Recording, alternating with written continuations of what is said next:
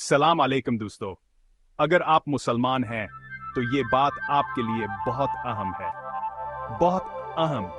किसी को धोखा ना दें। झूठ मत बोलें। हमेशा अपने बड़ों की इज्जत करो।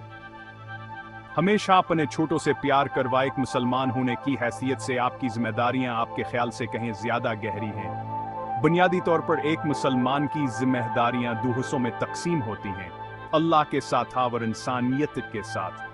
सबसे पहले अल्लाह के साथ सिर्फ उसी की इबादत करें और उसी की अताअत करें।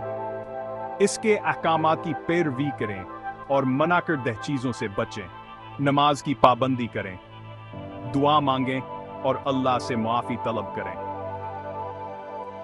शुक्र अदा करें, उसकी नेमतों पर गौर करें और तकवा की राह इख्तियार करें। इसकी मौजूदगी को जहन में रखें। इस्लाम के बारे में इल्म हासिल करें और अल्लाह की सिफात को समझें। याद रखें कि अल्लाह ने सूद को हराम किया है।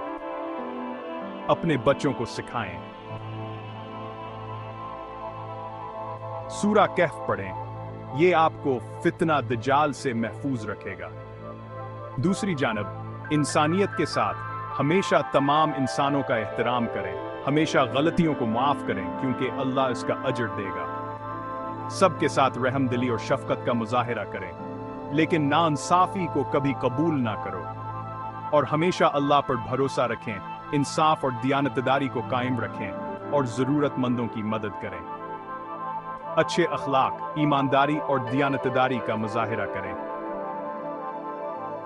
इस्लाम का पैगाम फैलाएं और समाजी खिदमत में हिस्सा लें। दूसरों का एहतराम करें, चाहे आप इनके अकायद से मुत्तफिक ना हों। याद रखें, ये जिम्मेदारियां एक मुसलमान होने की हैसियत से अल्लाह और इंसानियत के साथ आपके फराइज की बुनियाद है।